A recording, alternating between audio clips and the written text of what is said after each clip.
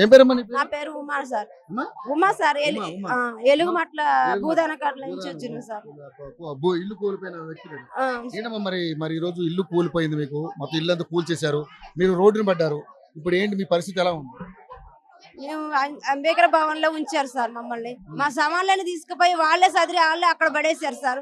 ఇవాళ వండుకోవడానికి గ్యాస్ బండలు కూడా ఇళ్లలో పడిపోయేసారు. బట్టలు లేవు, ఒక బియ్యం లేవు, ఒక వండుకునే సామాన్లు ఏమీ లేవు సార్. అక్కడ ఉంటున్నాం. మాకు 15 రోజుల నుంచి అన్నాలు కూడా సరిగా అందట్లేదు సార్. బాత్రూమ్లు బాగలేదు, ఆడ తినడానికి తిండి మంచిగా లేదు. ఎవరు వచ్చి ఆడికి వచ్చి 3 మంత్రులు ఉన్నారు ఇంతవరకు. మీరు ఎట్లున్నారు ఏంటమ్మని అడగలేదు సార్. చిన్నపిల్లలకి బాగా దోమలు కుట్టి జ్వరాలు వచ్చేసినాయి సార్. ముసలాళ్ళు ఉన్నారు అక్కడే జ్వరాలు వచ్చి దురదలు వచ్చి పిల్లగాళ్ళు బళ్ళకు కూడా పోవటం లేదు సార్. అక్కడ పుస్తకాలు కనుక అన్ని ఇళ్లలోనే పడిపోయి ఉన్నాయి సార్. వాటి కింద ఇప్పుడు ఏంటి మీరు అంబేద్కర్ భవన్ లో ఉంటున్నారు కదా? అక్కడే ఉంటున్నాం. మరి ఫుడ్ ఎలా అవుతుంది కదా? భోజనం ఎవరైనా పెడుతున్నారా? గవర్నమెంట్ వాళ్ళు పెట్టట్లేదు సార్ మాకు.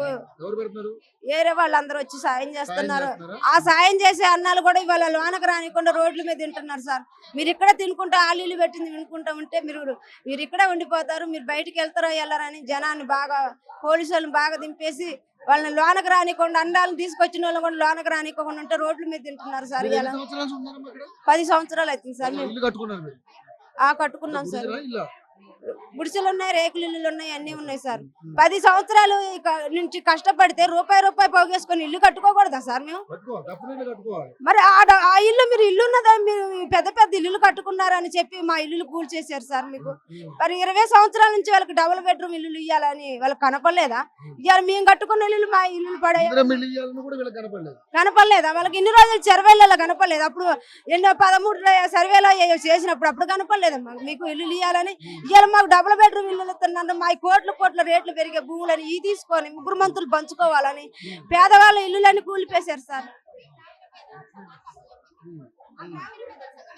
కానీ మరి ఇప్పుడు ఉన్నటువంటి పరిస్థితుల్లో 3 మంత్రులు ఉన్నారు అక్కడ. 3 మంత్రులు కూడా మిమ్మల్ని ఆదుకోలేదు. ఎవరు రాలేదు సార్ ఇంతవరకు. 10 సంవత్సరాల నుంచి సంవత్సరానికి ఒకసారి నీళ్లు ఇవ్వమని, కరెంటు ఇవ్వమని తిరిగి మేము ఎండలలో ఎన్నిసార్లు బిందెలు పట్టుకొని కూర్చున్నాం సార్. ఒక్కసారి వచ్చినప్పుడల్లా ఎప్పుడో పోయినప్పుడల్లా ఒక్కరోజు మున్సిపాలిటీ టాటర్ వచ్చేది. ఒక్క టాటర్ పెట్టి పోసిపోయేవాళ్ళు. ఇంకా ఇంతవరకు రాలే. మాకు సత్య సాయిబాబా వాళ్ళు ట్యాంకర్ ఇచ్చారు సార్. మేము మనిషికి 200 వేసుకొని ఆ సాయిబాబా బండికి నీళ్లు డీజిల్ పోసుకొని మళ్ళీ సోలార్ కార్యక్రమాలు మీరే చేసుకుంటున్నారు. ప్రభుత్వం ఏమీ లేదు సార్. రోడ్ను పడేశారు సార్. మాకు ఏమీ లేవు. రేవంత్ రెడ్డి వస్తే మన బతుకులు బాగుపడతాయని ఓట్లేశారు కదమ్మా, మరి ఏమైంది? మేము అట్లా అనుకునే వేసాం సార్.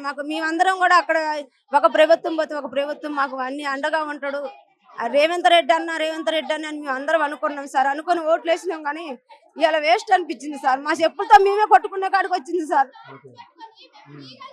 ఏంటమ్మా మరి ఈ పోరాటం ఎంతవరకు చేస్తారు? మరి మీ ఇల్లు మీకు కావాలంటున్నారు, అదేమో ప్రభుత్వ ల్యాండ్ అంటున్నారు, వాళ్ళని కూల్ చేశారు, మరి ఎలాగా? ప్రభుత్వం ల్యాండ్ అయితే సార్ ఆడ భూదానది బోర్డు అని ఎందుకు పెట్టారు సార్? ఇప్పుడు కూడా బోర్డు పెట్టేసి ఉంచారు సార్. భూదాన బోర్డు 62 ఎకరాల 7 కుంటల భూమి అని బోర్డు ఉన్నది. అక్కడ సర్వే చేసిన వాళ్ళకి అందరికీ తెలుసు. కానీ వాళ్ళు మా భూదాన భూమి గవర్నమెంట్ కి స్వాధీనం అయింది అని చెప్పి మాట వాళ్ళు అంటున్నారు సార్. భూదాన భూమి అనేది ఎక్కడైనా పేదలకు మంచమని ఉంది సార్. భూదాన టెస్ట్ వాళ్ళు కూడా పట్టాలు ఇచ్చారు సార్ మాకు. మరి ఇప్పుడు బీఆర్ఎస్ ప్రభుత్వం, బీఆర్ఎస్ పార్టీ మీకు అండగా ఉంటుందని అంటున్నారు.